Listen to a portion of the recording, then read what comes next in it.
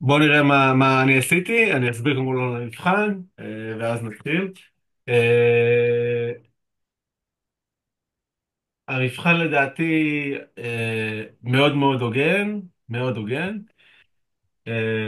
הוא לא קל מדי, אבל הוא ממש לא קשה. אני חושב שהוא ממש לא קשה. ביחס לשנה קודמת אני חושב שהוא יותר קל. כאילו, אה, אבל כשאני אומר שזה יותר קל, זה יכול להיות שאלה אחת יותר קלה, כן? כי אנחנו מסווגים את השאלות לפי רמות. כאילו כל הסיווג שלנו זה לפי קל, בינוני, קשה, ולדעתי יש שאלה אחת קשה יותר שאנחנו הורדנו. אז לדעתי המבחן הוא יוצא טיפה יותר קל, זה יכול להיות להשפיע על 5 נקודות בממוצע. אה, הוא ממש, אני לא חושב שאולי למעט שאלה אחת, יש שאלה שלא ראינו, שאתם תסתכלו ותגידו, וואו, רגע, איך שאלתם את זה ככה? אני לא חושב שראיתי שאלה אחת כזאת. אה, וזה ממש לפי המספר גם שאלות שאמרתי לכם. כלומר, על החלק הראשון שלמדנו על אינפלציה ותוצר, יש באמת שתי שאלות, שזה בדרך כלל שתי שאלות שהן קצת יותר קלות.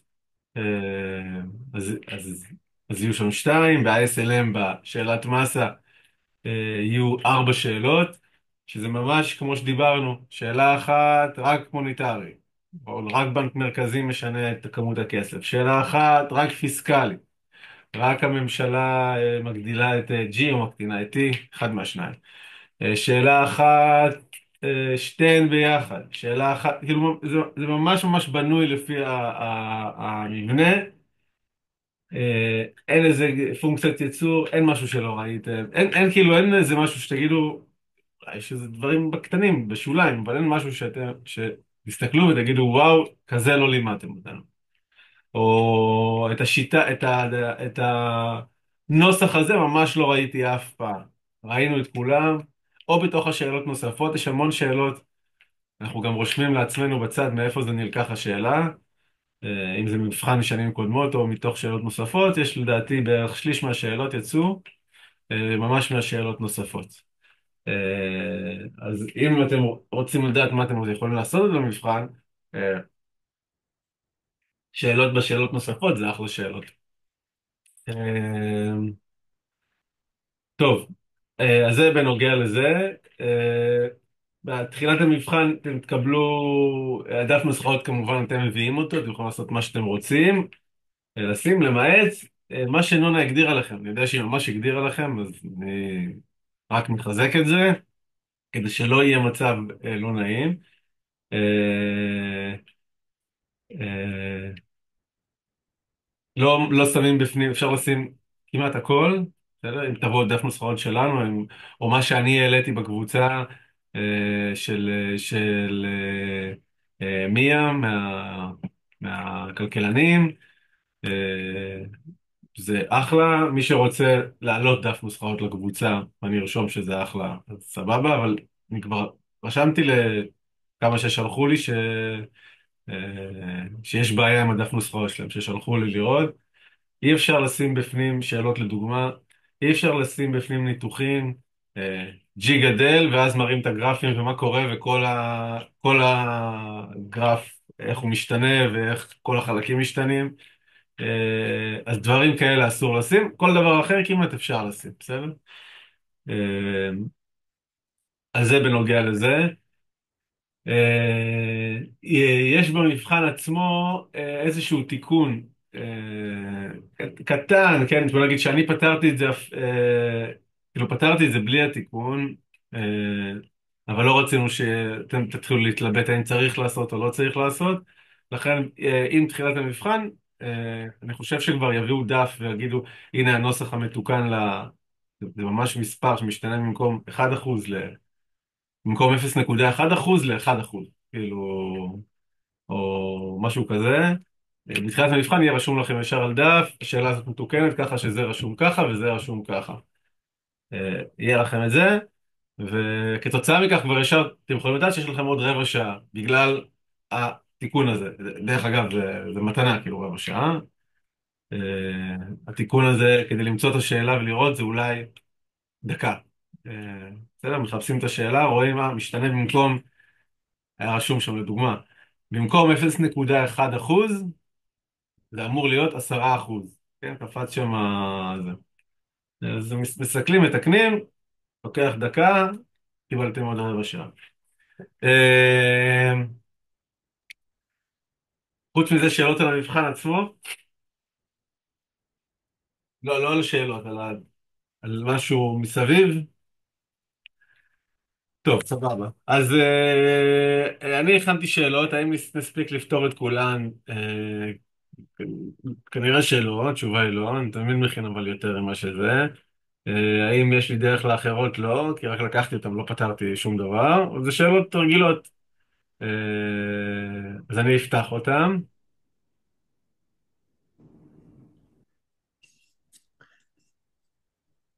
טוב, אז יש פה כל מיני שאלות שאני בחרתי.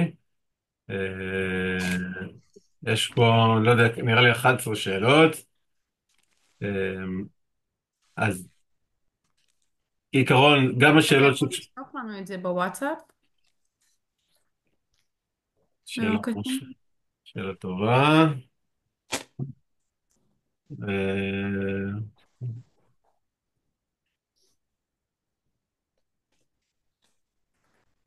רגע,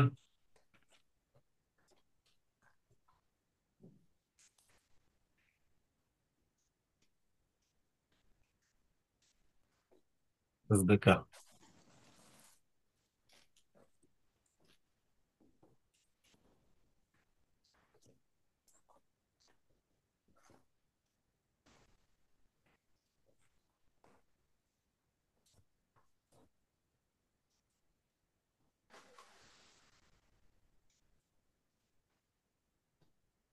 שלחתי.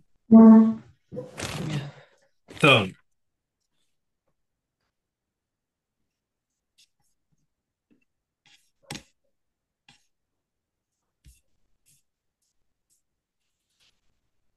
אז קיבלתם, נכון?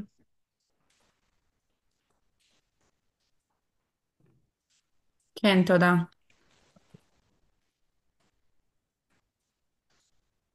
טוב, אז ככה. אנחנו נתחיל לפתור, נראה לאיפה נגיע. השאלות באופן גדול, שימו לב מה רציתי להביא פה. זה שאלות עם סוג של נוסחים לא יודע, שאני חושב שהם טובים לעבור עליהם. האם זה הכל? ממש לא, יש פה 11 שאלות, אז ברור שזה לא, זה כל השאלות. אבל זה חלק ייצוגי מאוד טוב. אה, וננסה לפתור כמה שיותר, כמה שנצליח. אני די בטוח שלא נצליח את הכל, כן? כאילו זה, אפילו בזמן מבחן זה קשה להצליח את הכל. אז יש לנו שאלה על תוצר ואינפלציה, אחרי זה תוצר, שאלה על שתי תקופות. שימו לב שבנושא הזה של שתי תקופות לדעתי יש, גם לא הרבה שאלות, אבל נראה לי שתי שאלות אני חושב, אולי שלוש, אבל לדעתי שתי שאלות. שאלת המסה, פה שאלת המסה, שלוש השאלות הבאות מתייחסות לנתונים האלה, אחת, שתיים, שלוש. במבחן יהיה ארבע שאלות. אה, כל מיני שאלות, כמו שמופיע ביקוש, כמו ששאלתם בהתחלה, ביקוש גמיש לחלוטין, וכן הלאה. יכול להיות גמיש, יכול להיות קשיח, אולי נראה עוד מצבים, ומה קורה שהביקוש לא תלוי בשער הריבית. השאלה שראיתם, ששלחתם בקבוצה ודיברנו עליה הרבה, של תוצר ריאלי, יעד גירעון, ומה קורה במבט, רזרבות וכן הלאה, ראינו גם את זה, דיברנו בקבוצה, אז נעשה עכשיו איך שביקשתי מכם לפתור את זה. כל מיני שאלות נוספות, יש את השאלה גם, תהיה אחת כזאת, כן, אבל על... אני מכליל אותה בתור השאלות של שתי תקופות, פישר ופרידמן, אבל פה זו שאלה עם השקעה אופטימלית, כן, עם K. אה, וסתם הכנסתי עוד איזה שאלה אחת, שלקחתי שיש גם G גדל, הגדלת הוצאות, וגם שיש פעולה מוניטרית של הבנק מרכזי, כשיש שילוב גם וגם. בסדר? אז זה בעצם כאילו עושה את הארבע שאלות שיש בשאלת מסה. טוב, אז נתחיל. אני שיניתי פה נתונים גם לשאלות, אז אני מקווה שאין פה תשובה ה', אבל יכול להיות, כמו שאתם יודעים, שיש להכל תשובה ה', כן, יכול להיות. אז אם שיניתי ואין תשובה כזאת, אז זה יהיה ה שלנו. טוב, שאלה הראשונה. התוצר הנומינלי בשנת 2013 היה 21.85 מיליארד שקל, בשנת 14 הוא עלה ל-23, ובשנת 15 הוא 24.8. להלן מדד המחירים, 13, 14 ו-15, רואים שהמדד עולה כל שנה ב-0.5 נקודות מדד. מה מהטענות הבאות נכונה? בשנת 2014 התוצר עלה והמחירים עלו, אז שואלים אותי על כל שנה תוצר ריאלי והמחירים. אה, קודם כל כבר אפשר לבטל את ג', בשנת 15 התוצר ריאלי עלה והמחירים ירדו, ברור. כי המחירים כל שנה ושנה עלו. טוב, אז אני מתחיל, אני מסמן לי רק את הנתונים, ואז אני פותח את הלוח. אז יש לי שנות 2013, 2014, 2015. אלון, אתה יכול לעשות שנראה אותך בבקשה? כי אנחנו רואים רק את ה... כן, אני יודע, אני רק מעתיק את הנתונים בפנים, אחרת אני לא יכול לראות, רגע. סבבה. אה, 20, ליאב, אתה יכול ללחוץ עליו ולהגדיל אותו.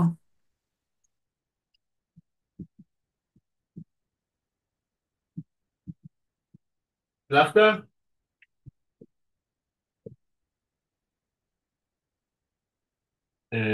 23 ו-24.8. רגע, אולי אני אעשה. אדם, אתה יכול להגדיל קצת את הטופס הזה של השאלות? תודה. טוב, אני אעשה ככה, אני אנסה לעשות בו זמני. טוב, אז יש לנו 23, יש לנו 3 שנים, 23, 24, 25,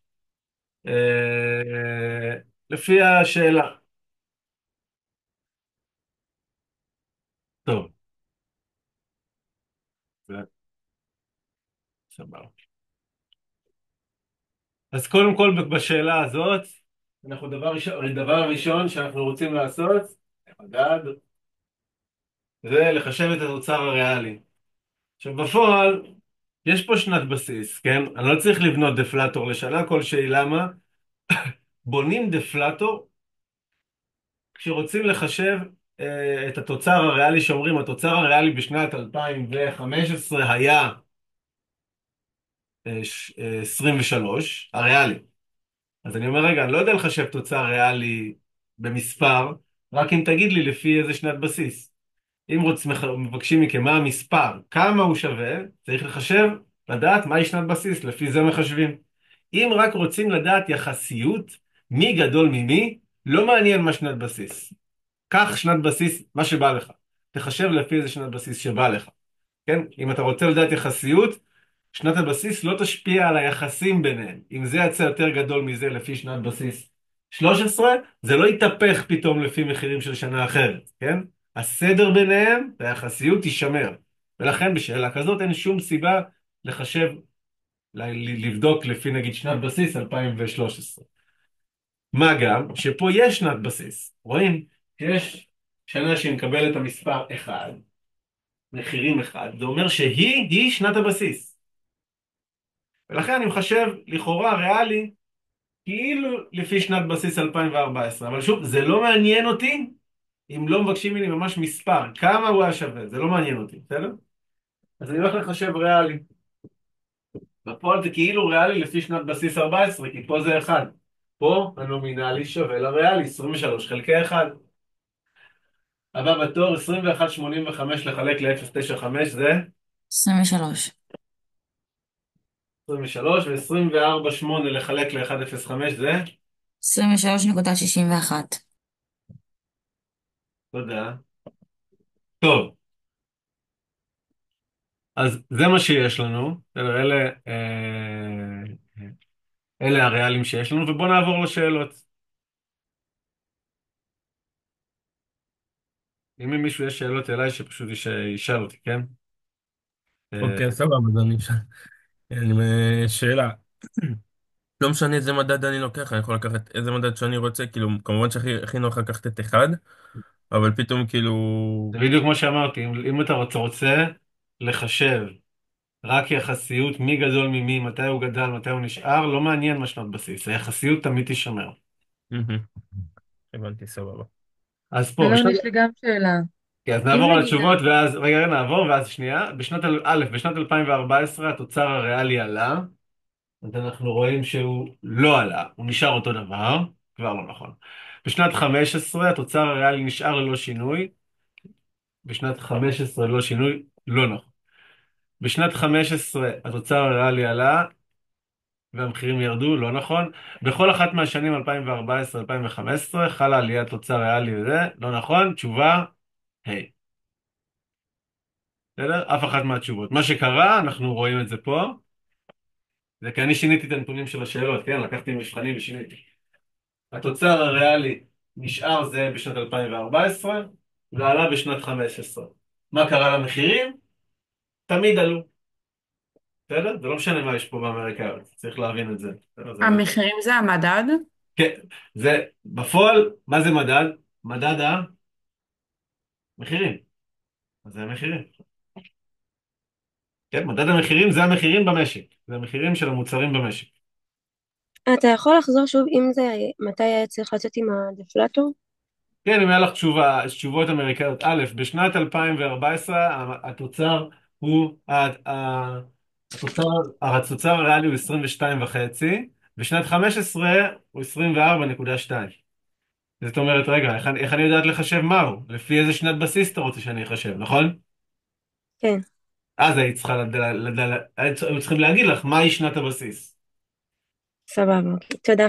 אלון, אם למשל המדד ב-2014 הוא לא היה 1, הוא היה סתם נגיד 1.02, עדיין היית יכול לחלק את הנומינלי במדד, או שהיית צריך כן, לקבוע מי הוא 1? הייתי אומר המדד הוא של שנת 2000 ומשהו. אין לי מושג מה, ואני עושה את זה לפי זה. שוב, שתבינו, אה, זה לא, אבל אם היית צריך לחשב את לא, הריאלי, היית צריך לקבוע מי הוא 1? לא אני, התרגיל היה צריך להגיד לי.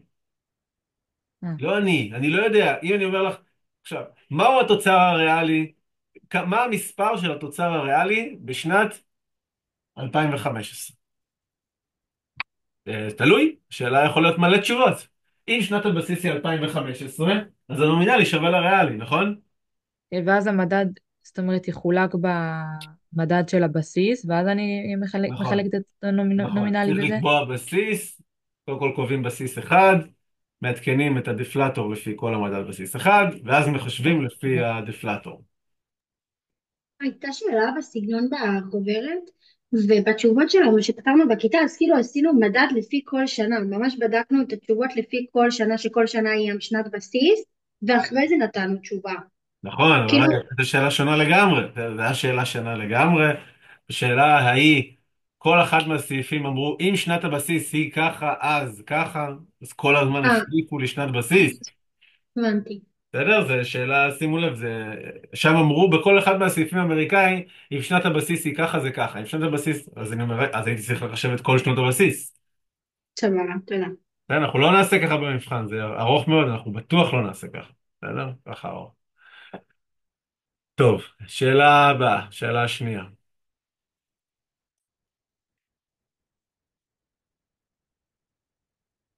הנח כי שער הריבית במשק הוא 50%, וכל משקי הבית מתכננים את תצרוכתם על פני שתי תקופות.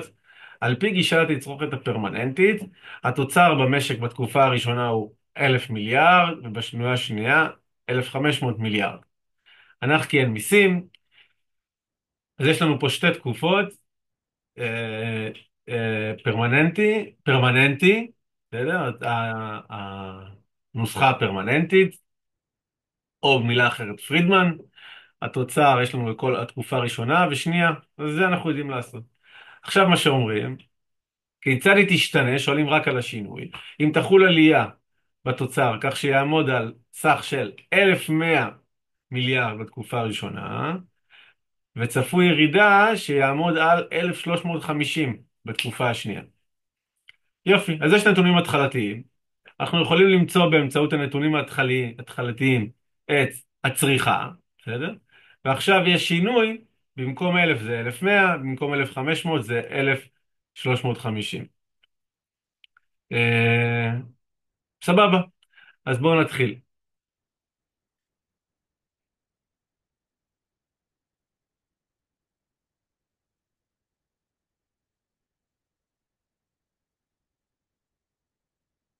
אז הריבית היא 50%, לא צריך לרשום את זה, הריבית 50%, ויש לנו תוצר בתקופה הראשונה זה 1,000, בתקופה השנייה זה 1,500. נרשום. R 50, Q1 1,000, Q2 1,500. טוב, פרמננטי, נוסחת פישר ופרידמן, C שווה 1.5 לחלק ל-2.5. שאלה פשוטה, אין פה השקעות ואין פה דברים מיוחדים, יש פה רק את הנתונים האלה, רק מה שיש. 1,000. אתה לא עובד בדלתות אבל? אפשר, חבר'ה, כמה שיטות שונות. 1 דלתות, 1 הרג מלא, 2 דלתות, 3 היה אפילו טריק לא לעבוד עם כלום, נראה את זה עוד רגע. לא לעשות שום דבר, להסתכל, לפתור ישר. גם אפשר, אבל לא יודע אם המבחן זה יעבוד. אז עדיף שאני אעשה את הכל. תמיד אפשר לעבוד עם דלתות. נגיד רק לעבוד עם הדלתא. אני פותר את המלא, אבל זה אפשר עם דלתות.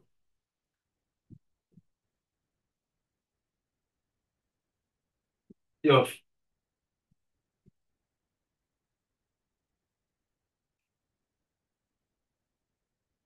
אז ה-C שלנו הפרמננטי, כמה זה? 2,000 כפול בעצם 0.6 זה 1,200?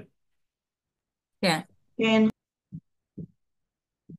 1,200 C בראשון, בשני שאלו על מה? על כיצד תשתנה התצרוכת. אז יש לנו C1, C, בעצם שזה הנתונים ההתחלתיים. אפשר לעשות בדיוק את אותו C בנתונים החדשים. במקום 1,000 זה השתנה בשאלה והפך ל-1,100, ובמקום 1,500 זה הפך ל-1,350. גם 1,200. גם 1,200. דרך אגב, למה? כי אם הריבית היא 50%, בתקופה הראשונה זה עשה פלוס ב-100, נכון? תוספת של 100. 100 בתקופה הבאה, כמה הם שווים 150? 150, 100 כפול 1.5. אז אם זה עולה עכשיו ב-100, זה בדיוק כמו שירד בתקופה הבאה ב-150. ולכן, אם השינוי הוא פלוס 100 עכשיו ומינוס 150 בתקופה הבאה, זה שווה ל-0, אין שינוי. אז מי שרצה לעבוד עם דלתא,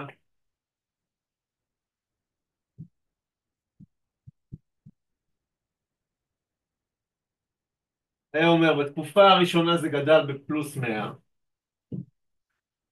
בתקופה השנייה זה ירד מינוס 150, זה וזה זה 0, שווה ל-0, השינוי הוא 0.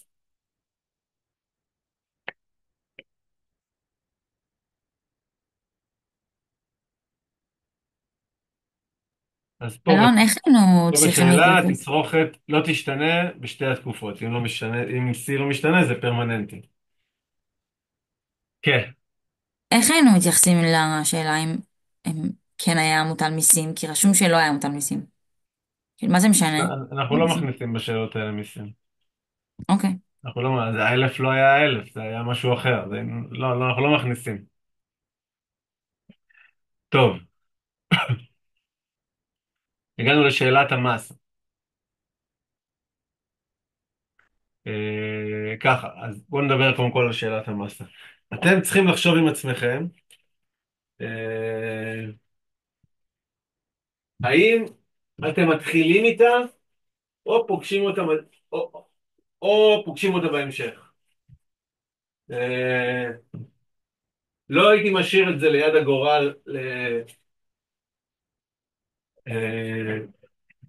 כי כי הרי מבחן מעורבל, כן? אין את אותו סדר שאלות לכולם.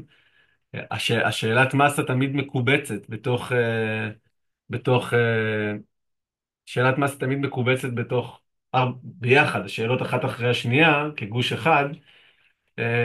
אבל לא הייתי משאיר את זה לגורל שטוב, אני אפגוש אותה מתי שהיא תגיע לי, או אפשר לעבוד לשיט לפי זה. הייתי מעדיף להחליט עם עצמי, אסטרטגית עם עצמי, איך אני מתחיל את המבחן. האם אני מתחיל את זה מזה? אני כנראה הייתי מתחיל מזה. זה 4 שאלות, זה משמעותי. אולי הייתי מתחיל איזה שאלת חימום קלה לפניה, הייתי הולך על השאלה של התוצר, אני רק ממליץ לכם, זה לא, זאת השיטה. אה, הייתי הולך לשאלה עם התוצר ואינפלציה רק כדי להתחמם בהתחלה בשאלה, זה ממש שאלת חימום, ראיתם? זה חימום ממש. לאגור שאלה אחת שיש לי, שאלה אחת סבבה, בטוח, והולך ישר לשאלת מסה. שאלת מסה זה 4 שאלות, זה לעבוד מסודר, בלי לחץ, בלי להגיע אולי לשעה האחרונה של המבחן, ואם יהיה לך טעות יהיה קשה לתקן מחדש. להגיע לקשיי זמן ולעשות אותה בנחת, זה 20 נקודות במבחן, זה מאוד מאוד משמעותי. לעשות אותה, בטח ובטח שמתחילים לרשום את הנתונים בשלווה. בסדר? אם טועים בנוסחה, שזה קורה תמיד, וזה גם יקרה כנראה עכשיו, אני מעדיף שכמה שפחות יקרה, אבל אם טועים פה במקום 500, שמים פתאום איזה 50, או טועים באיזשהו נתון שלא שמת כמו שצריך, זה כנראה הלכו כל 4 שאלות. אז בהתחלה שבונים את הנוסחאות ההתחלתיות, את 0, IS0, LM0, לקחת את הזמן לעשות את זה מושלם. בסדר? אז אני ממליץ שאפשר להתחיל מאיזה שאלה, לצבור נקודות שלה, כמו שעשינו קודם, וישר לגשת ל4 שאלות של השאלת מסה. טוב, אז בואו נראה מה יש לנו פה. רגיל, צריכה פרטית, השקעה, צריכה ציבורית ומיסים, כל אחד מה4 החלקים שמרכיבים את נוסחת ה-IS, היצע הכסף או כמות הכסף, או אמצעי תשלום שזה MS, הביקוש לכסף שזה ה-L, לא משנה אם נרשום את זה L שווה או MD חלקי P, זה אותו דבר. מחירים שהם תמיד יהיו קבועים, אנחנו לא הולכים לשנות מחירים אף אחד בשאלה. ויש תוצר של תעסוקה מלאה שאי אפשר לחרוג ממנו. אצלכם במבחן, אם תהיה חריגה ממנו, לא יודע אם תהיה חריגה ממנו, אבל אם תהיה חריגה, אתם אחרי זה מציבים את התוצר תעסוקה מלאה במשוואת LM. בסדר? נעשה את זה פשוט. מציבים אותו ב-LM, כלומר אם הגעתם לתוצר שהוא 3,200, מעל 2,600, אתם יכולים, 2,600 כי פה בשאלה רשום, תוצר תעסוקה מלאה זה 2,600, אתם מציבים 3,000, את ה-2,600 תוצר תעסוקה מלאה ב-LM, ומוצאים את הריבית החדשה, בסדר? היא זאתי שתקבע את הריבית, אז מציבים קודם ב-LM. רגע, רק שאלה הבאה. אם כאילו זה קורה בגלל נגיד, לא יודע, בגלל שהגדלת את M, ואז יש לך תוצר מעבר לתעסוקה מלאה, אז אתה מציב במשוואת LM החדשה, לא במקורית, נכון? נכון, סבבה. ואם זה לא, אז אתה מציב במקורית. אם זה נכון. קרה בגלל נגיד משהו פיסקלי. נכון, אבל סבבה. שימו לב שאם רשום בשאלה, כאילו לא ללכת ראש בקיר, תעסוקה מלאה, אם רשום בשאלה, רוצים להגיע לתעסוקה מלאה באמצעות ככה וככה, לא יודע אם הבאתי שאלה כזאת, נראה לי שכן, הנה. אה, אם רשום, הממשלה מתכוונת להגדיל את התוצר ולהשיג תעסוקה מלאה באמצעות או הורדת מס גולגולת או הגדלת G או משהו כזה, אז ברור שמציבים תוצר תעסוקה מלאה, אה, אה, צריך כן, זה להציג. עם איקסים, ברור. כן, עם מיקסים. כמו ראינו כזאת שאלה, ממש פתרנו כזאת. בסדר? אז אנחנו נראה את זה מפה. לא, אנחנו תמיד נציב בהלם? אמרתי, אם לא אומרים מקום אחר, אז בהלם. מה זאת אומרת אם לא אומרים, מה יגידו לי בתרגיל איפה להציב? לא, אם יגידו לך, אבל משנים מעת זה, את הדבר הזה, כדי להביא לתעסוקה מלאה, אז אתה מציב איפה שאומרים, בסדר? אבל אם לא אומרים שום דבר, אם לא אומרים, הגעת לנתונים האלה הראשוניים, הצבת נוסחאות, רצית להגיע ל-IS, לריבית ולתוצר. אין שינוי בשאלה, כלום, לא קרה כלום. בסדר? אומרים לך מה התוצר. והגעת מעל, אז בעצם אין מוניטרי, אין פיסקלי, אין כלום. לא אמרו כלום. במצב כזה אתה מציב בהלם. בסדר? אוקיי. טוב, אז יאללה, בואו נתחיל לפתור. אז אני מתחיל, אני פותר, אני ישר מכניס את זה לתוך הנוסחאות, בונה את ה-IS ו-LM. פה בשאלה יש לי גם יחס מזומנים ויחס רזרבה, כדי למצוא מכפיל כסף. שימו לב שפה בשאלה, למרות שיש לי את היצע הכסף, עדיין נתנו לי נתונים על יחס המזומנים והיחס רזרבה. כנראה להמשך. טוב, אז IS, Y שווה 500 פלוס 0.6, Y מינוס 200, 500 פלוס 0.6, Y מינוס 200, 500 מינוס 2,000, right?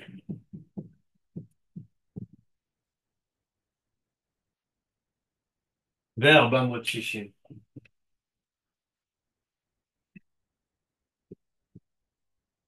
Y שווה כמה? 3,350 מינוס 5,000i.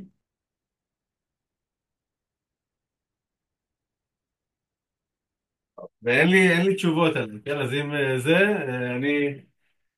אני מסתמך עלייך, כן? אין לי תשובות. לא יודע אם זה נכון או לא נכון, שנראה הגיוני. לא צריך לחלק ב-1 מינוס b? מה זאת אומרת? לא הבנתי את השאלה. בנוסחת IS אנחנו מחלקים ב-1 מינוס b, לא? כן, מה שצריך, זה מתמטיקה, כל מה שצריך, אני לא יודע, לא מעבירים צדדים, מה שיוצא יוצא. אחרי כל העברות כמה יצא? זה אחרי כל העברות חלוקות. כן, כן, זה חלקי 1, אה, 0.4. טוב. כן, זה משוואה, ברור, עושים מה שצריך, כן? מה שצריך, מעבירים, מחלקים, כן. אם יהיה אחרי זה משהו במכפיל, אז נעשה רק ב-1 מינוס b. טוב, הבא בתור זה ה-ln. ביקוש 100 פלוס 0.8y מינוס 1,000i. 100 פלוס 0.8y מינוס 1,000i. שווה? 2,375 ועוד 1,250i. כן, אז זה 2,000 חלקי 1. רגע, תגידי לי, lm 0, y שווה כמה? 2,375 ועוד 1,250i.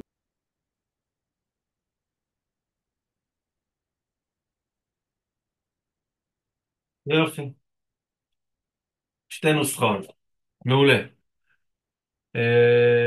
בוא נלך לשאלה. רואים את הלוח ממש מטושטש. אה,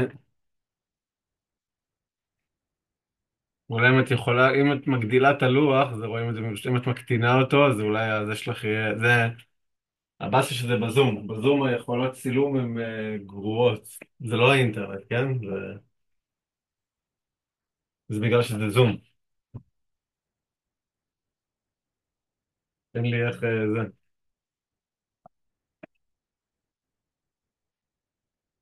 טוב, לא נורא.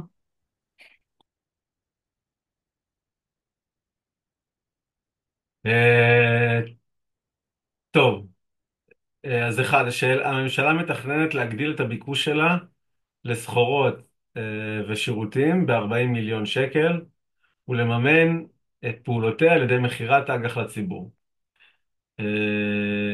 אז קודם כל, אנחנו יודעים הגדלה של ביקוש שלה לסחורות ושירותים, זה הגדלה G. G.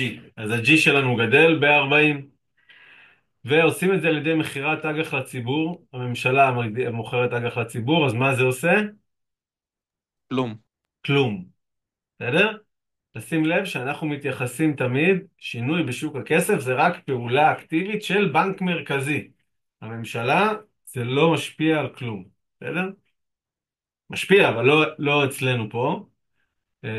אז מה שאנחנו יודעים שיש דלטה G שווה 40. דלטה G שווה 40.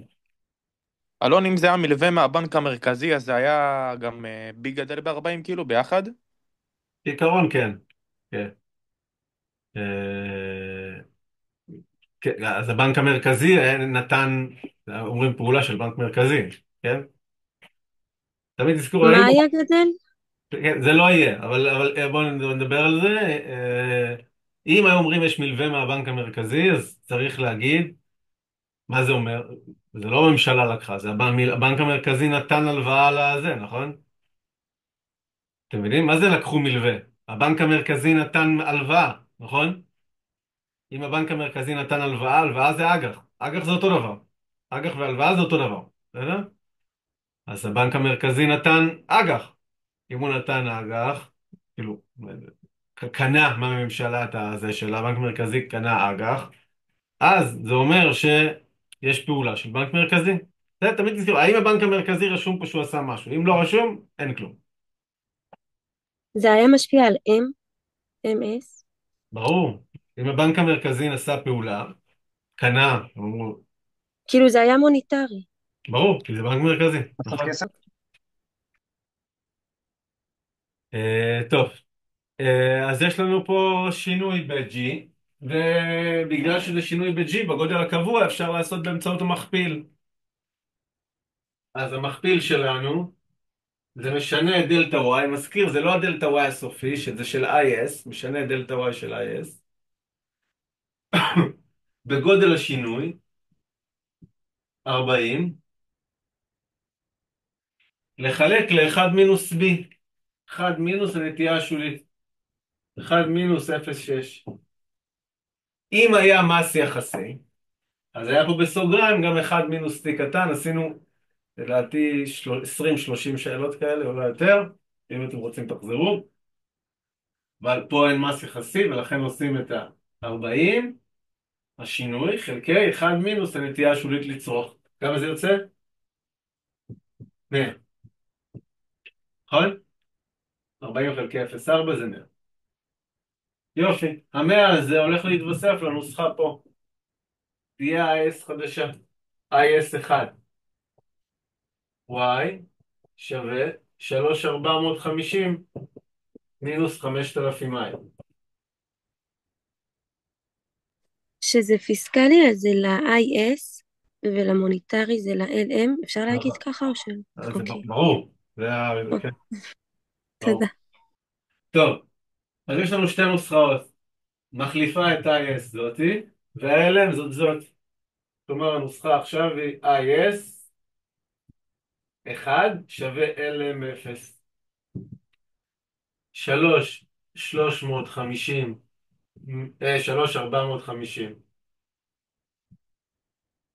מינוס 5,000 I שווה 2,375 פלוס על 1,250 I. תגידו כמה יוצאת, לחשב רגע. ריבית 0.172. ריבית 0.172 ו... תוצר 2,590. 2,590. תשובה א'.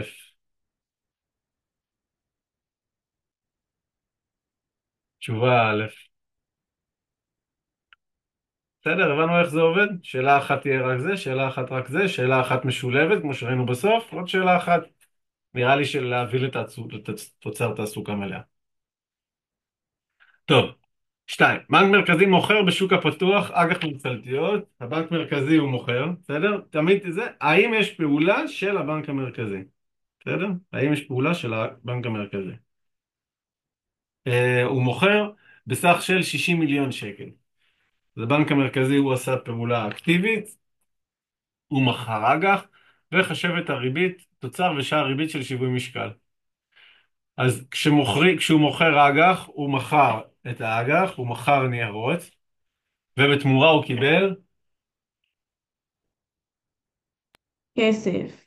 אז כסף. כאילו בסיס הכסף ירד, נכון? כאילו כמות נכון, הכסף, בסיס הכסף. נכון. בסיס הכסף ירד ב-60. נכון, אני מוחק את שאלה אחת, כן? כי לא יהיה לי מקום לכולם. בסיס הכסף ירד ב-60. יופי. אבל זה לא כמות הכסף. בשביל לדעת מה קרה לכמות הכסף, אני לא, צריך... זה כפול המכפיל. נכון, אז קודם כל, בשאלה 2, אני צריך קודם כל לחשב את מכפיל הכסף. מכפיל הכסף, יש לי למעלה בשאלה את יחס המזומנים בעו"ש ויחס רזרבה. אז איך אני מחשב אותו? 1.5 חלקי 0.6. נכון, בעצם CD ועוד 1, CD ועוד RD, שווה ל... 2.5. יופי. השינוי בכמות הכסף שווה למכפיל כפול השינוי בבסיס הכסף. המכפיל שלי הוא 2.5, ובסיס הכסף הוא 60. 60 כפול 2.5, 150. אז יש פה תוספת או הורדה, תגידו לי אתם, לכמות הכסף. תוספת או הורדה? הורדה. הורדה. הורדה. כשהבנק המרכזי החליט למכור אג"ח, הוא נתן ניירות וקיבל תמורתן שקלים. לכן שקלים יצאו. ולכן הדבר הזה זה ירידה בכמות הכסף של 150. לכן אני צריך להגיע לפה. אי אפשר להגיע לפה, אפשר, זה סתם מורכב. אי אפשר לשנות את זה מפה, כי אני הולך לשנות, את זה הולך להתווסף לפה. לכמות הכסף, למעלה. אז אפשר, רק אם מחלקים את זה כבר ב-0.8, קיצור, צריך לשנות את זה. אז עכשיו במקום זה יהיה פה 2,150. יש מובן, אני לא רושם את כל המשוואה מחדש. כל המשוואה נשארת אותו דבר, רק פה 2,150 חלקי 1. ולכן יש לי משוואה חדשה, LM1, כמה זה שווה? לא 1,850, ממש סליחה, 1,850. מורידים. זה מינוס של 150. מינוס, מי שרוצה יכול לרשום גם פה מינוס, אבל זה מינוס, ירידה בכמות הכסף. כן. Y שווה? 2,187.5 פלוס 1,250. פלוס 1,250. כן. יופי, משוואה חדשה, LM1 אחרי ההורדה של 150 בכמות הכסף. משווים מחדש. 2,187, אני לא רושם את זה, אנחנו מבינים כבר, אנחנו עוד נבחן עוד יומיים, כן? 2,187.5 ועוד 1,250, ה-LM החדש, ואני חוזר ל-IS0, לא ל-IS1 שעשיתי קודם, בסדר? זה שווה לזה. כמה הריבית יוצאת? 18.6 והתוצר 2,420. בואו נראה.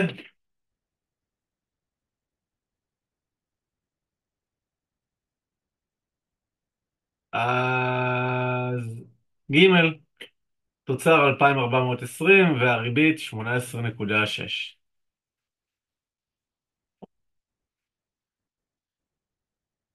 יופי. שאלה 3. הממשלה מתכוונת להגדיל תוצר ולהשיג תעסוקה מלאה באמצעות הורדת מס גולגולת. לא יודע בכמה, אבל הולכים להוריד. מה יהיה שער הריבית של שיווי משקל החדש? מה יהיה השינוי הנדרש במס גולגולת? יופי, אז שימו לב, פה עשינו שאלה ממש דומה לזאת. בעצם יש פה שינוי בתוך השאלה, שבאמצעות השינוי רוצים להביא אותנו לתוצר תעסוקה מלאה, שהוא בשאלה עומד על 2,600. אין שינוי בכמות הכסף, כן? אני חוזר למקורי, אין שינוי. מה שכן יש שינוי במיסים. במצב כזה אני לא יכול ללכת ולהציב קודם כל במשוואת ה-S. למה? כי יש לי בעצם שני שינויים שחלים בה. שינוי אחד שחל בה זה זה. פה יש מינוס דלתה T, נכון? לא יודע מהו. והשינוי השני שחל בה, שבעקבות תוצר תעסוקה מלאה, שזה הולך להשתנות, אמרו לי למה הולך להשתנות, יש לי תוצר, הריבית גם הולכת להשתנות. ולכן יש לי פה שני נעלמים, גם השינוי במיסים וגם הריבית. ולכן, כמו שעשינו אז, אנחנו לא הולכים אליה, אנחנו הולכים קודם כל לאיפה שאין שינוי, שזה משוואת ה-LM. נלך ל-LM ונציב תוצר תעסוקה מלאה שעומד, כבר שכחתי, על 2,600. יופי, אז אני הולך ל-LM ומציב שם. במקום Y 2,600. ועכשיו אני יכול למצוא את הריבית. כמה הריבית שווה? 0.18. יופי. כבר כנראה שיש לי פה תשובה, כן? יש פה, כבר ירדו שתי תשובות. מה זה? א' וג' אף. כי הריבית היא 18. עכשיו אני יכול לחזור לנתונים המקוריים, בסדר? אני פשוט רוצה להספיק הרבה, אז אני לא ארשום את הכל מסודר מחדש, יש לכם את זה הקלטה. אני רוצה להציב את הריבית הזאת פה. אני הולך להציב פה 0.18. יש לי ריבית, מצאתי. זו הייתה המטרה. תוצר, יש לי תוצר תעסוקה מלאה, זה 2,600. גם זה פה, 2,600. אז יש לי גם את התוצר, 2,600.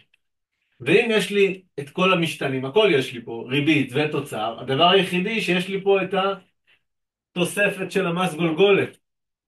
או תוספת או פלוס מס גולגולת.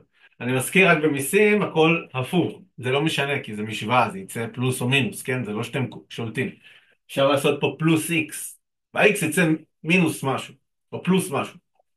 אבל הורדת מיסים, אז ברור שהמספר פה צריך לעשות פלוס, כן? כדי לצמצם את המיסים, צריך להוסיף מספר. אבל גם אם תשימו שם X, זה יצא פלוס או מינוס לפי המתמטיקה, אי אפשר להתבלבל. אז תציבו פה את הכל, וכמה קיבלתם שה-X, הדלתה T הזה, כמה הוא שווה? 100. 100. כלומר, יש הורדת מיסים של 100.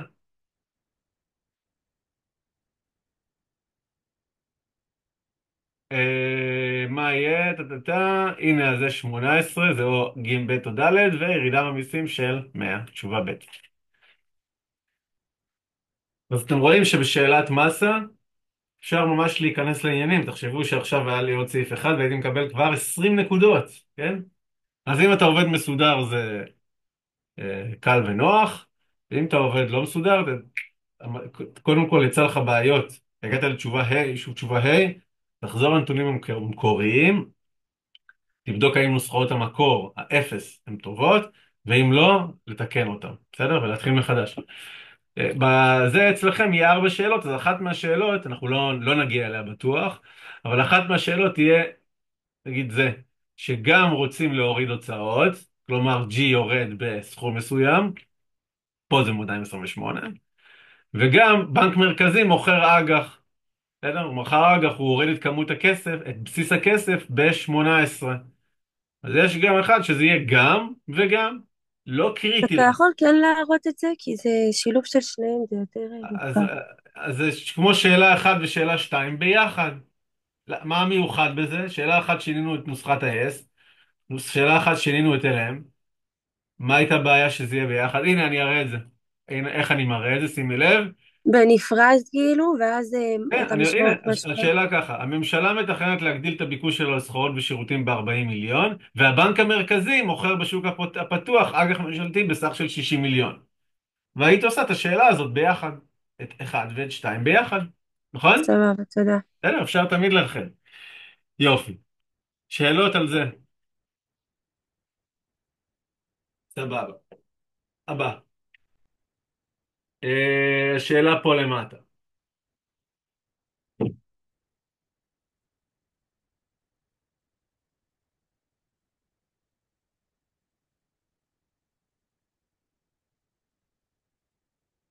הביקוש להשקעה במשק גמיש לחלוטין לשינויים בשער הריבית. מהו ההיגד הנכון? ואז אומרים מדיניות מוניטרית מצמצמת לא תביא, מרחיבה לא תביא, קניית אג"ח ככה, עלייה לא, ביחס רזרבות לא תביא. קיצור, כל מיני פעולות מוניטריות, עלייה ביחס רזרבות, מה זה עושה? מקטין את האם. מקטין את כמות הכסף, נכון? כשמגדילים את יחס הרזרבות, זה אומרים לבנקים, אתם יכולים לתת פחות הלוואות, מקטינים את הם, קניית אג"ח על ידי בנק מרכזי, ומלווה במכירת מטח באותו סכום. אם קונים ומוכרים באותו סכום, מה זה עושה? כלום. שום דבר, נכון? אני קונה ומוכר. קניתי יורו, מכרתי דולר באותו סכום, לא עשיתי כלום לכסף, ומדיניות מוניטרית. אבל קודם כל, מה זה אומר ביקוש גמיש לחלוטין לשינויים בשער הריבית? זה אומר שאם אפילו נשנה קצת הריבית, ההשקעות ישתנו הרבה. נכון. הוא מאוד מאוד גמיש, הוא משתנה המון המון המון כשיש שינוי בריבית. בסדר? אם אומרים קשיח, קשיח זה אומר שהוא לא משתנה. הריבית משתנה, הוא לא משתנה, הביקוש להשקעה. אם אומרים גמיש, זה אומרים שהוא משתנה המון. אז יש לנו את גרף ההשקעות, ויש לנו את ה-SLM. אני הגדרתי לכם שהצורה של הגרפים היא זהה. אתם זוכרים? אמרתי, זה נראה אותו דבר. ריבית, פה זה תוצר, פה זה השקעה. מה זה אומר שהוא גמיש, או גמיש לחלוטין אמרו? גמיש לחלוטין. גמיש זה אומר ששינוי קטן בריבית גורם לשינוי גדול בהשקעה. כלומר שזה די ככה. גמיש לחלוטין. אם זה היה ככה, מאוד גמיש, זה אומר שינוי קטן בריבית, מפה זאת ההשקעה, שינוי קטן בריבית לפה, או גורם להשקעה להשתנות הרבה. ברגע אבל שאומרים לי גמיש לחלוטין, גמיש לחלוטין זה אופקי לגמרי. ככה. אם העקומה הזאת אופקית לגמרי, ואמרנו שזאת, הוכחנו את זה אז, אנחנו לא נוכיח את זה כמובן עכשיו, העקומת ה-IS היא גם אופקית לגמרי.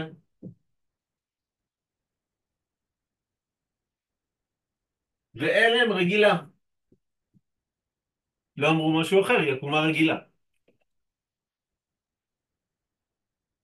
אז אנחנו רואים שפעילות מוניטרית, ברור שגורמת לשינויים בתוצר. ברור. ודאי, רואים. אז בואו נעבור על שאלה, על סעיף סעיף. סעיף א', אני לא אפתח לכם, יש לכם את זה, כי אני רוצה להסתכל על זה. מדיניות מוניטרית מצמצמת לא תביא לשינוי בצריכה פרטית. אז אם יש מוניטרית מצמצמת, אנחנו רואים שהתוצר יורד. הצריכה פרטית, יש לה נטייה שולית מתוך התוצר. אז ברור שאם התוצר משתנה, גם הצריכה משתנה בהתאם. התוצר ירד, צריכה פרטית תרד. אז אומרים שהאם מדיניות מוניטרית מצמצמת לא תביא לשינוי, ברור שתביא לשינוי בצריכה פרטית, כי התוצר משתנה. אז א' זה לא נכון. ב', מדיניות מוניטרית מרחיבה, תזיז את זה לפה, לא תביא לשינויים בריבית. נכון, הריבית קבועה לאורך כל עקומת ה-S, אז אין שינוי אף פעם בריבית. תשובה ב' היא הנכונה. נפתח את זה. גמיש לחלוטין זה כאילו אומר שה-E זה אין סוף? נניח, כן, כן. אני יכול לרשום את זה בדף נוסחאות? כן, ואין בעיה. אתה יכול להסביר יש בבקשה. עוד פעם שאלה. את מה? אתה יכול להסביר עוד פעם את א'? כן. מדיניות מוניטרית מצמצמת, כלומר, LM זזה שמאלה, כלומר, התוצר קטן, זה מה שקורה, התוצר ירד, היא לא תביא לשינוי בצריכה פרטית. צריכה פרטית C נמדדת על ידי, הנה אני הולך, הנה C, גודל קבוע ועוד נטייה שולית מתוך התוצר, נכון? כן. יופי. אם התוצר ירד, האם הצריכה פרטית לא תשתנה? היא תשתנה. אוקיי, הבנתי. בסדר? אז רשום פה, היא לא תשביא לשינוי, זה ברור, היא תוריד אותה. מדיניות מוניטרית מצמצמת, תוריד את הצריכה הפרטית. בסדר? סבבה. אתה יכול גם לעבור על ג' וד'? ג' אמרנו זה שום דבר, אין פה כלום. קונים אג"ח ומוכרים מטח, זה אותו סכום. מתקזזים, אין שום דבר. בסדר? זה אותו שינוי בכמות הכסף, פעם אחת בפלוס, פעם אחת במינוס. ד' עליית ביחס רזרבות. הסברתי כאילו קודם, אמרתי את זה ככה בהערת אגב, אבל עלייה ביחס רזרבה, היא מאפשרת לתת פחות הלוואות, ולכן היא מקטינה את כמות הכסף. עלייה ביחס רזרבה זה כמו לעשות מדיניות מוניטרית מצמצמת. אז אם LM זזה שמאלה מצמצמת, מה יקרה לתוצר? רמז, מצמצמת זה אומר ירד. כן. מדיניות מצמצמת, מה שהיא מצמצמת זה מצמצם את התוצר, בגלל זה זה נקרא ככה. אז אם אומרים, אנחנו מבינים, יש מדיניות מצמצמת, אז ברור שזה אמור להביא לשינוי בתוצר. זה כמו כאילו א', סבבה. כן, בדיוק. אבל ינון, בבית זה אומר שפשוט הריבית היא קטנה בממש ממש ממש ממש קצת, זה לא אומר שהיא בכלל לא ממש לא, משתנה, לא? ממש לא, אומרים גמיש לחלוטין, לא אומרים גמיש, גמיש לחלוטין. אז לחלוטין, בגמיש, אז בגמיש לחלוטין זה אומר זה אופקי אה, לגמרי. אופקי. למה זה, כאילו, למה זה אופקי, אבל לא, כאילו, מה המהות מאחורי זה? זאת ההגדרה של גמיש לחלוטין. זה הגדרה. לא, כאילו, מבחינת, מהות מבחינת למה ההשקעות מה זאת אומרת? לא קורה להם. כאילו, הן לא מגיבות, כאילו, לשינוי הזה. אני לא יכול, אני לא אספיק להרחיב אבל למה, אבל דיברנו, יש מקרים מסוימים, גם אני לא, נראה לי אני הרחבתי, נונה זה אצלה, מה קורה כשזה גמיש, מה קורה כשזה גמיש לחלוטין, מה המשמעות של זה. לא, כרגע לא מעניין אותי המשמעות, כי אני רק צריך לפתור, אבל גמיש זה שראינו מה זה אומר, שיפוע מאוד מאוד קטן, שינוי גדול, זה העדפות של צרכנים במשק לאומי, של משקיעים במשק, כן? אז מה זה אומר? לא יודע. כרגע לא אומר כלום. לפני יומיים, לפני מבחן, אבל כללי, טוב, זה יכול להגיד. בסדר? בסדר, תודה. אלון, תגיד אם כן. היה רשום שזה לא תלוי בתוצר, היית עושה גרף נוסף של שוק מה, מה, המוצרים? מה, מה היה רשום? מה זה זה? מה זה זה? לא אם היה רשום שאלה כזאתי ושלא יודע, שזה לא תלוי בתוצר, לא אני יודע, לא יודע מה, אבל איזה... אתה לא מבין את השאלה. שאלה שלא הייתי מבין אותה. מה זה אומר שזה? טוב, אני מסתכל במבחן, אז אני אשאל אותך שוב. כן, כי אם היית שואל אותי, זה לא תלוי, לא הייתי יודע מה לעשות. צריך להגיד לי מה לא תלוי. אלון, טוב, אפשר שאלה? כן, רגע, המדיניות המוניטרית מרחיבה. עכשיו, אני מבינה שזה אומר שאלם יזוז ימינה, נכון? כן. למעלה. ימינה. יפה, ימינה, אוקיי, סבבה. ואז בעצם התוצר יגדל, ואם התוצר יגדל, גם IS יגדל, לא? לא, כאילו ממש למעלה. לא, לא. ה-S לא משתנה אם יש פעולות כאלה, לא, ממש לא. IS משתנה רק אם יש C, G ו-I השקעות, כאילו? אם אחד מהם משתנה, ה-S משתנה, נכון? נכון. סבבה, תודה. טוב, יש לי גם שאלה. כן, ואנחנו במדינת, נתקדם, שאלה אחרונה, כי אם לא, אני כבר, לדעתי, 5 שאלות לא מספיקים, אז שאלה קצרה וזה יאללה. שאלה קטנה. אם יש לי שינוי ביחס רזרבה, זה משפיע לי על ה-D או על ה-R? נגיד אומרים לי מעלים יחס רזרבה, זה מעלה לי את ה-D, כאילו זה מגדיל לי את ה-D או מקטין לי את ה-R? אה, בעיקרון מגדיל לך הבנק ישים את הכסף גם ב-D, כן? שוב, האם צריך את זה? כנראה שלא, כן? אבל כעיקרון מגדיל את ה-D בפנים. ה-D, ההשפעה על אני D אומר, גם יש רק, בדרך כלל סטודנטים משקיעים שליש מזמנם לכל הזה בבנקים. יש שאלה אחת במבחן הזה, אחת. האם כל זמנכם אמור להיות מושקע בזה? לא. שאלה אחת בלבד במבחן, כן? ושימו לב שאני הבאתי פה שאלה אחת, כן? אז כל פעם שואלים אותי, אני שם לי מלא שאלות על זה, זו שאלה אחת שולית, קטנה, קלה מאוד, בסדר? לא בסדר, להיכנס לזה עמוק. סבבה, תודה. טוב, הבא, ביקוש להשקעה במשק לא תלוי בשער הריבית. הוא לא תלוי בכלל. הביקוש לא תלוי בריבית. זה אומר, לא משנה מה הריבית, יש ביקוש, הוא לא קשור לריבית, לא תלוי בה. מה זה אומר? הנה ביקוש להשקעה.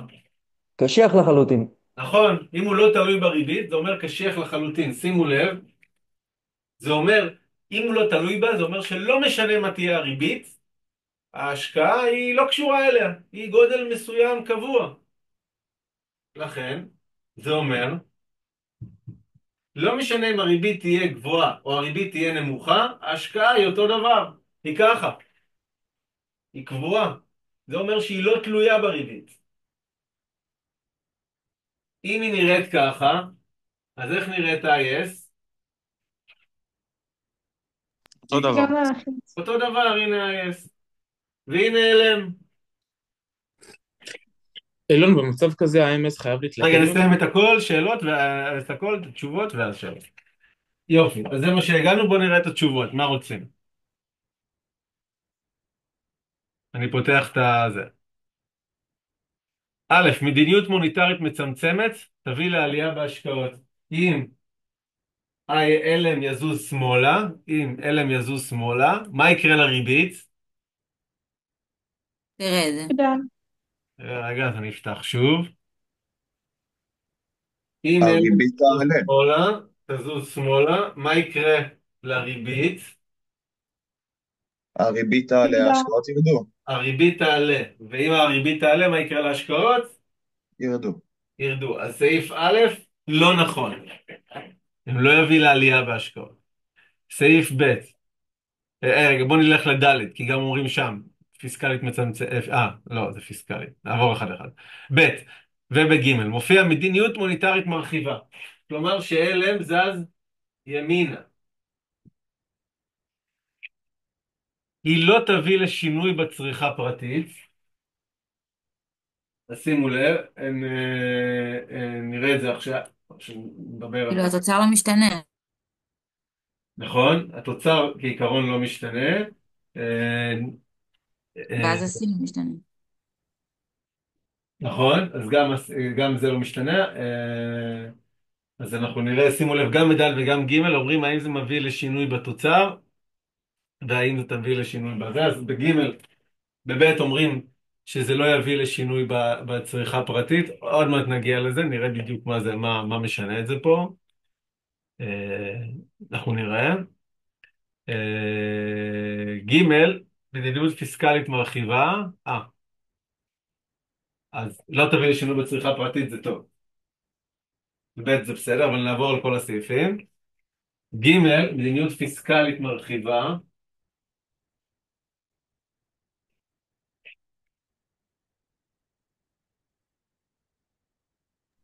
אבל בבית ההשקעה יורדת, אז כן יש שינוי בצריכה, לא? בב' לא, ההשקעה עולה בבית. ריבית יורדת וההשקעה תעלה. השקעה תעלה. כן. וכאילו, אז אמור להיות ירידה בצריכה, סליחה. אה,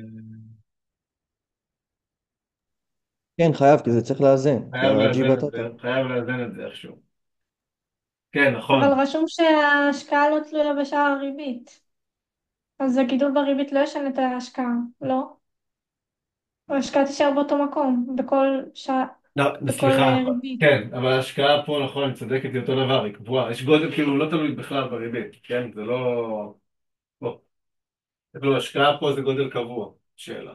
כך, פה, משהו, מספר, לא יודע, 100 או 50. לא משנה מה תהיה הריבית.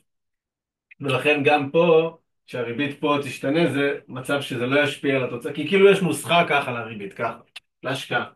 I שווה 50.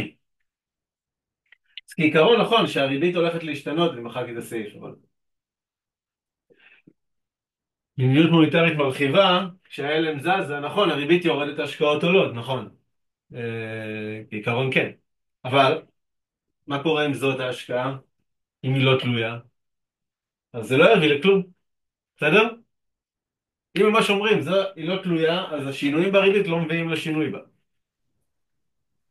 טוב. אבל באלף עשית שכן זה מביא לשינוי בהשקעה.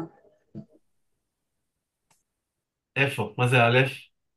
סעיף א'? מה זה כן. סעיף? אמרתי מוניטרית מצמצמת, תביא לעלייה בהשקעות, אמרתי, לא. זה היה סעיף א'. כעיקרון, אם זה לא היה השאלה הזאת, בטוח זה לא היה מביא לעלייה בהשקעות, זה היה מביא לירידה בהשקעות. נכון? הריבית עולה, כעיקרון זה מביא לירידה בהשקעות, נכון? כולם סגורים? פה בשאלה זה אפילו לא תלוי בה. בטוח זה לא יביא לעלייה, אם כבר היה מביא לירידה, אבל פה זה קבוע, זה לא יביא אף פעם. בסדר? אילון, אני לא הצלחתי אני רגע, להבין עכשיו. מסיים את הכל ואז שאלות, מסיים את הכל, ואז שאלות. אבל כולם שואלים שאלות ואז אני שואל שאלה ואתה לא, אומר רק אני מסיים הכל. אז אחת, כי אני לא מצליח לסיים שאלה פשוט, אני לא מצליח לסיים אותה. טוב, בסדר. תנו לי לסיים, שניתן לך לשאול שאלה, בסדר? אה, ג' מדיניות פיסקלית מרחיבה לא תביא לשינוי בתוצר. ג' מדיניות פיסקלית מרחיבה לא תביא לשינוי בתוצר. אז אנחנו רואים מדיניות פיסקלית מרחיבה כן מביאה לשינוי בתוצר. זה ציר של תוצר. אנחנו רואים שמדיניות פיסקלית מרחיבה כן מביאה לשינוי בתוצר. ואחרון,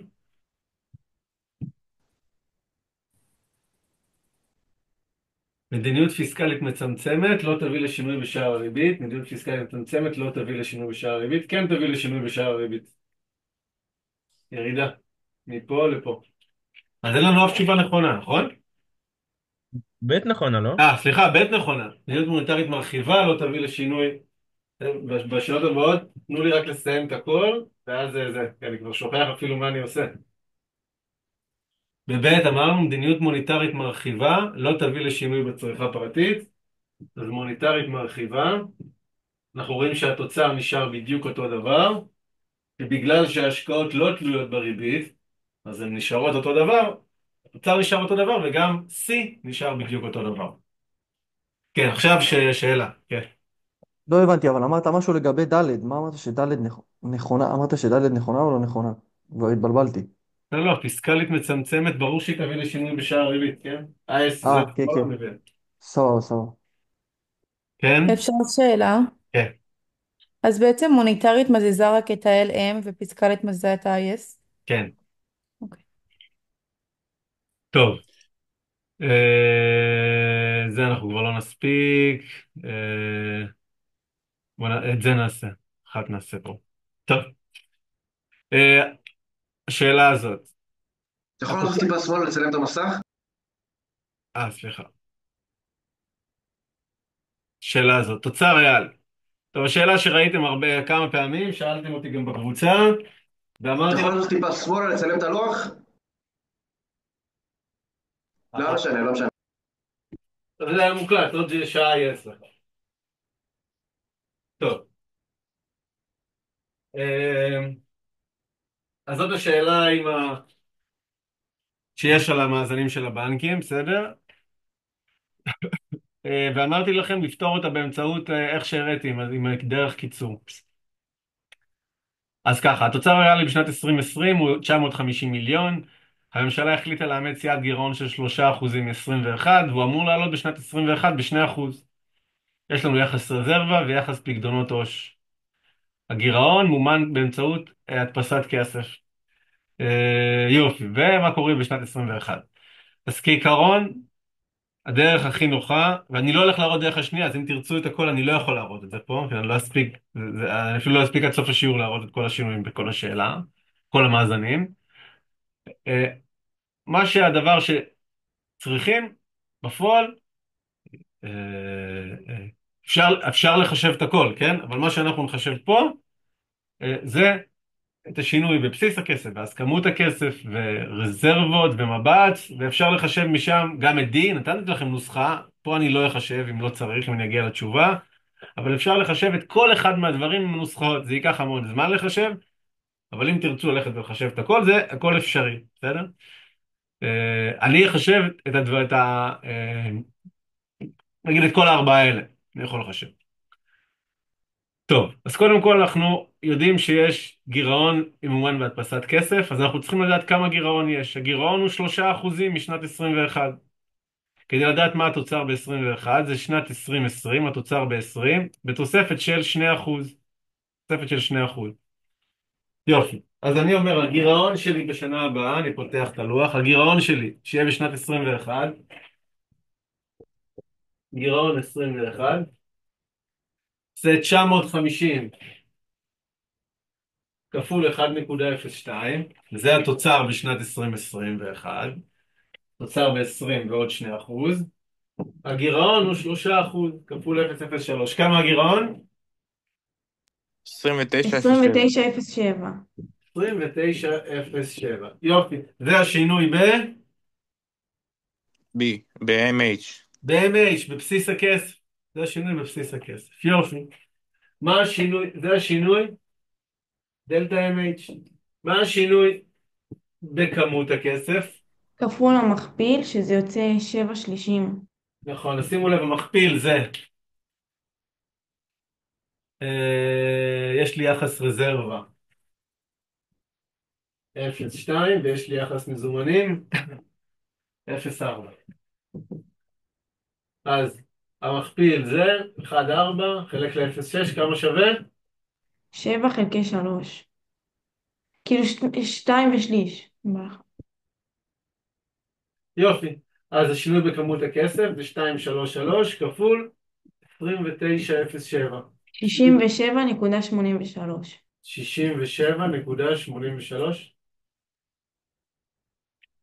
יופי.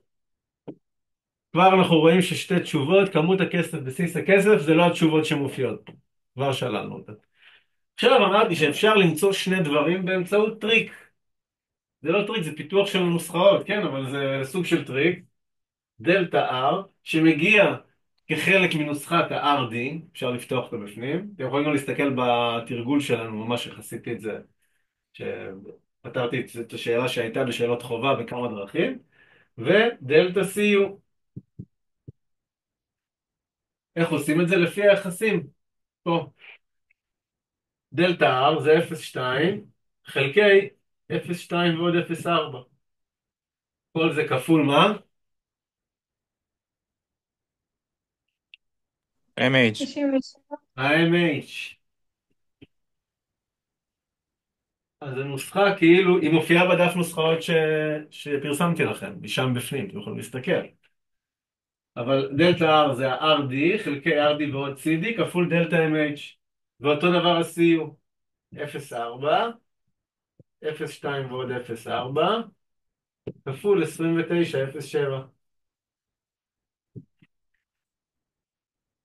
כמה שווה? 969 ו-1938. יש כזה תשובה? א', הכי קרוב. כן, כנראה שאם היינו עובדים עם אנסר זה היה, אבל בסדר, זה הכי קרוב. וגם יהיה רשום במבחן עגל לנקודה העשרונית הקרובה. יהיה רשום את זה. עם מה היית עובד אמרת?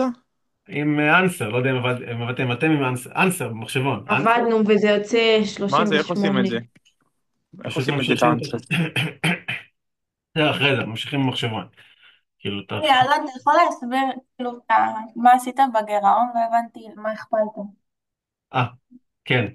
אומרים שהתוצר היה 950 ב-20, הוא גדל ב-21 ב-2%, אז עשיתי 950 כפול 1.02, להוסיף 2%. ואז אומרים שמתוך התוצר בשנת 21 יש גירעון של 3%. הבנתי, סלאם. תוצר ב-20 ועוד גידול ב-21, אז זה התוצר ב-21, מתוכו יש גירעון 3%. אלון, אתה יכול להסביר לגבי המזומנים בידי הבנקים המסחריים על ה-CUB? כי הייתה שאלה של המבחנים לדוגמה שהם עשו CU שווה למינוס אני CUB, אמרתי נכון? קודם כל, זה טעות, לא צריך לעשות את זה ככה, אמרתי שלא צריך את זה. אפשר אז לטעות. לא נצטרך לחשב את המזומן בידי הבנקים המסחריים, כי בכל נוסחה לא מצאתי דרך. לא, לא צריך. לא בסדר. צריך. טוב, מה נעשה? נעשה אה,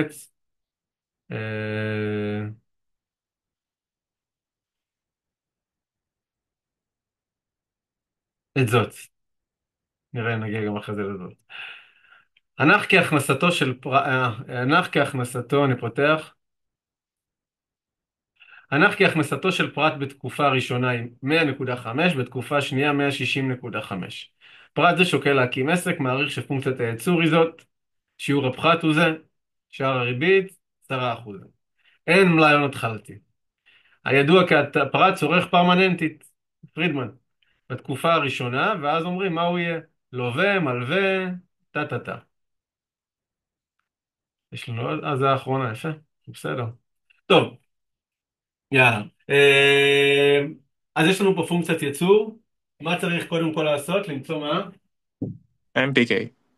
MPK, ובמילה אחרת צריך למצוא? T2 אופטימלי. נכון, מעולה, השקעה אופטימלית. יופי, אז כדי למצוא את ההשקעה האופטימלית, אני צריך לעשות MPK שווה ל... R פלוס D D. ועוד R. נכון. מעולה. אז ה-MPK שלי, לפי 1.6 כפול K בחזקת 0.75, נכון? זה זה. אז אני גוזר. 1.6 כפול 0.75, מכפיל, לחלק ל-K בחזקת 0.25. אני רק מזכיר את הגזירות. החזקה של K הייתה 0.75, אז אני כופל אותה ב-1.6, ואני אז מוריד מהחזקה 1, זה יוצא חזקת מינוס 0.25, לכן זה יורד למטה. כן, עשינו גם המון תרגילים כאלה, מי שלא סגור על הגזירות, הן לא גזירות מורכבות, שילך לאותו תרגול, חצי שעה והוא סגור. שווה R פלוס D, R זה 0, 1 ו-D זה 0.5. 0.1 ועוד 0.5. יופי. מעולה, אז כמה יוצא K? מישהו חישב? K16. אני לא מתעכב כי זה פשוט נוסחה. מעבירים את זה כפל לפה, זה יוצא 0.6 K, מחלקים ב-0.6, מעלים בחזקה הופכית, כמו שעשינו. שוב, מי שלא זוכר, הולך לתרגול, חצי שעה, רואה איך הראיתי כמה פעמים, וסגור על זה. אז K, השקעה אופטימלית, זה ה-16. שימו לב שהתוספת של ההשקעה האופטימלית השנה, כעיקרון זה I, אבל אם אין מלאי הון התחלתי, אז K שווה ל-I, נכון? אם היה הון התחלתי היינו עושים פערים ב-K. טוב, אז עכשיו אני רוצה לדעת מה אמרת שאין מלאי הון התחלתי, בגלל זה זה שווה ל-I? נכון. אוקיי. אז אני רוצה לדעת מה יהיה ה-C שלי. ה-C הכולל שלי. אז ה-C הכולל שלי פרמננטי, אז אני חוזר לנוסחת פרידמן, אז זה 1 נקודה, מה זה? 0.1, 1, נחלק ל-2.1. יופי, אני מתחיל להכניס את הכל לבפנים. הכנסה בתקופה ראשונה נתון 100.5.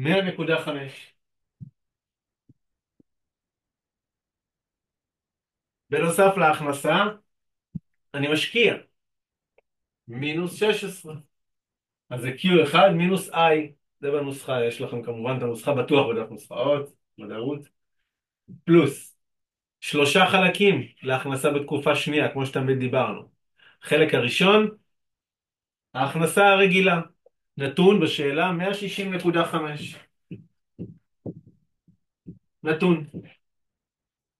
החלק השני של הנוסחה, זה החלק של, זאת פונקציית ההשקעה, אני מזכיר, y שווה 1.6k בחזקת 0.75, זה נתון, כן, בשאלה. אם אני משקיע, מה התוספת? אני מכניס את זה לפונקציית הייצור, לבפנים. 12.8. כן, סבבה, יופי, אז אני אכניס את זה בכל מקרה שיהיה, אז זה 1.6 כפול 16 בחזקת 0.75. זה החלק השני של הנוסחה, קראנו לו תוספת בגין השקעה. החלק השלישי, כמו הערך גרד של ההשקעה.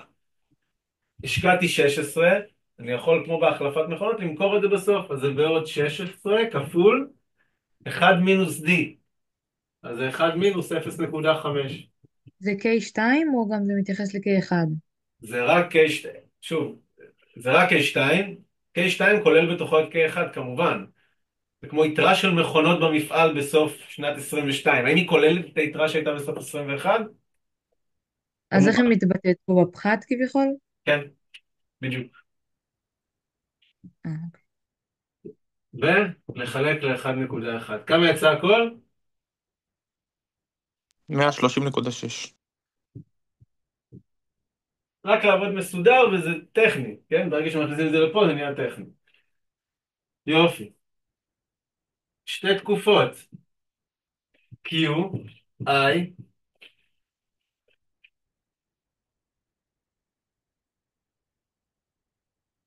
D, S ו-B.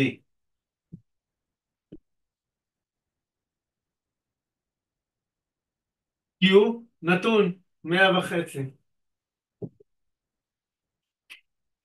בתקופה השנייה יש המון, בוא נעצור רגע, בתקופה I שלי שווה 16, C שלי שווה 130.6. חיסכון, אני מזכיר חיסכון, שוב, לא שאלו אותי פה בשאלה על חיסכון. התשובות שואלות רק על לווה מלווה, כן? אני לא צריך לעשות חיסכון, אני אעשה פה. חיסכון זה Q פחות C, בלי I. 100.5 פחות 130.6 שווה ל... מינוס 30.1. שוב, לא שאלו על זה. אני רק סתם עושה את זה. עכשיו, במבחן לא הייתי עושה את זה, לא שאלו אותי. ו-B זה Q פחות I פחות C. זה פחות זה, כמה שווה? מינוס 46.1. אם אני במינוס, זה אומר שאני לווה או מלווה? לווה. לווה כסף, אני במינוס. תזרימית אני במינוס. אז אני לווה 46.1.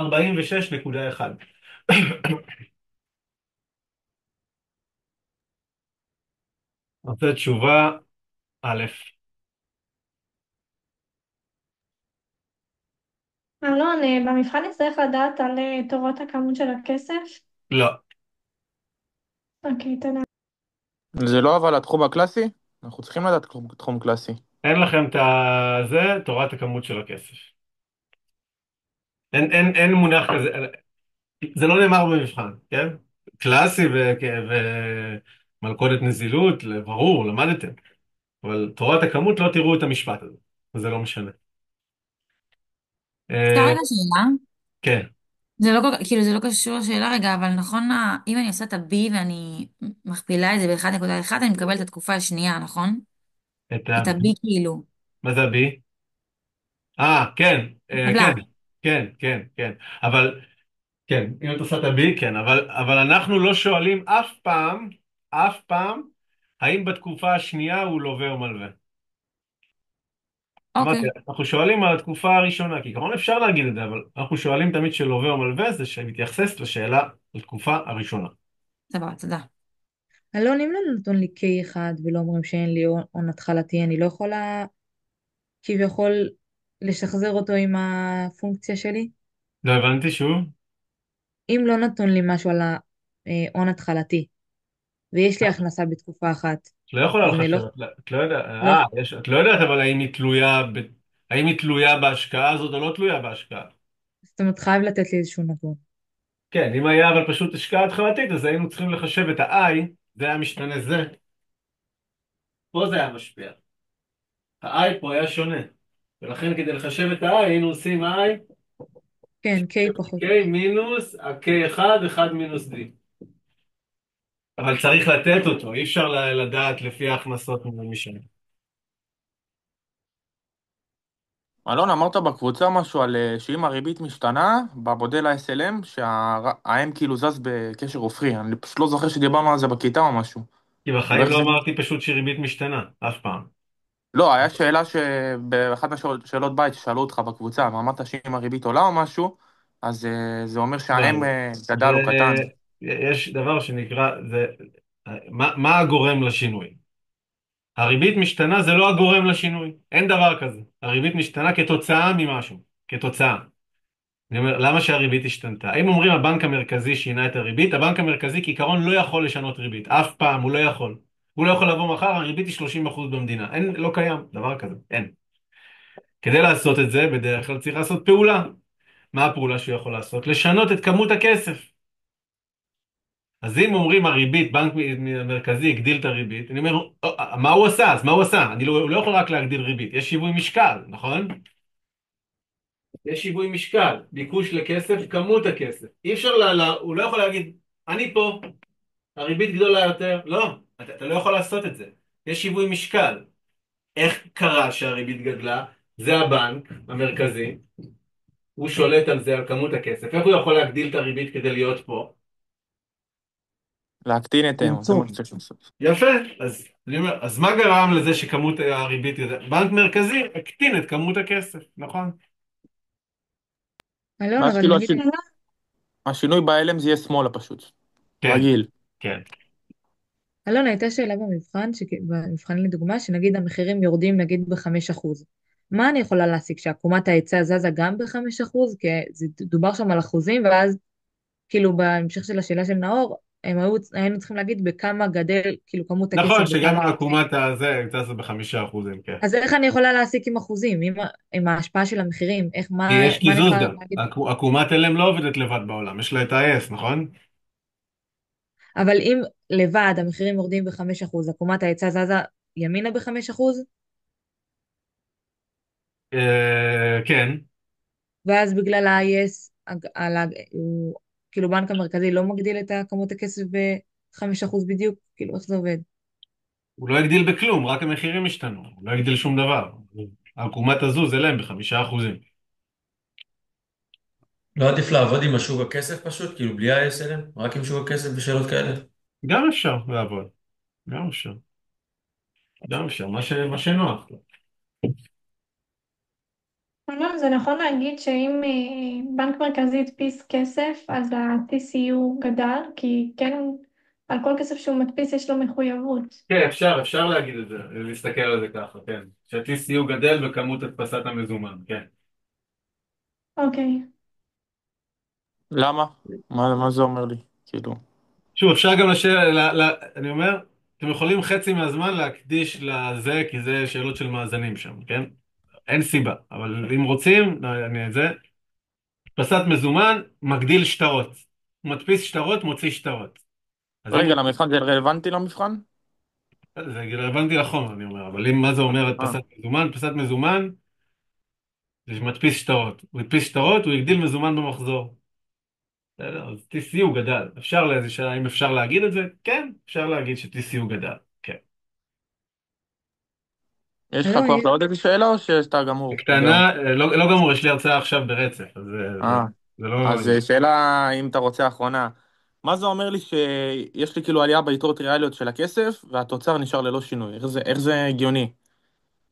כאילו, היה איזו שאלה שאמרו שיש את החלק קלאסי, שה-IS היא עומדת ככה, היא עומדת, ראינו שאלה כזאת, שה-IS היא עקומה אנכית. אבל אם LM היא אנכית, ואז אומרים לי שיש איך עלייה LM ביתרות אנכית? ריאליות. אוקיי, מה נגיד זה? LM אנכית. אוקיי, נגיד LM אנכית, כן. נגיד LM אנכית, ואז אומרים לי איך אומרים לזה, היה עלייה ביתרות ריאליות ותוצר ריאלי נשאר ללא שינוי. איך זה הגיוני? אני אקריא לך את השאלה, רשום כאן, נניח כי הביקוש לכסף נקבע על פי תורת כמות הכסף, נגמר, מכאן, רגע, בוטלה השאלה. אז אין בכל שאלה זאת, כזאת? אין מקום ששואלים תורת כמות הכסף.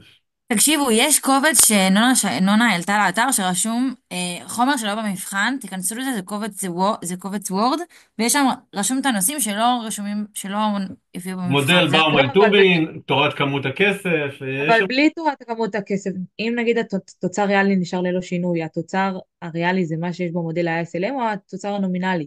הריאלי, במודל יש ריאלי, הכל ריאלי. זה לא משנה, יכלת להגיד אבל זה נגיד נקבע על פי התחום הקלאסי. זה אותו דבר. זה עדיין עקומת IS אנכית, נניח. אוקיי, IS אנכית, אמרת LM אנכית, לא...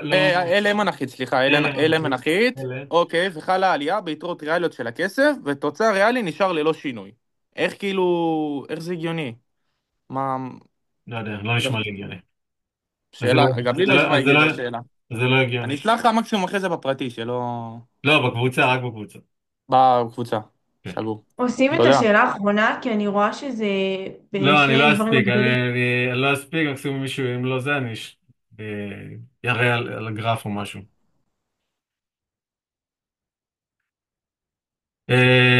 טוב, אז אני אשלח את ההקלטה, ואם יש שאלות אז בשמחה, אבל בקבוצה כדי ש...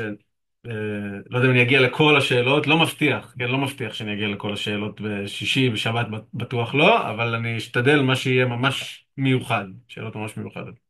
תודה רבה. יאללה, ביי ביי, בהצלחה.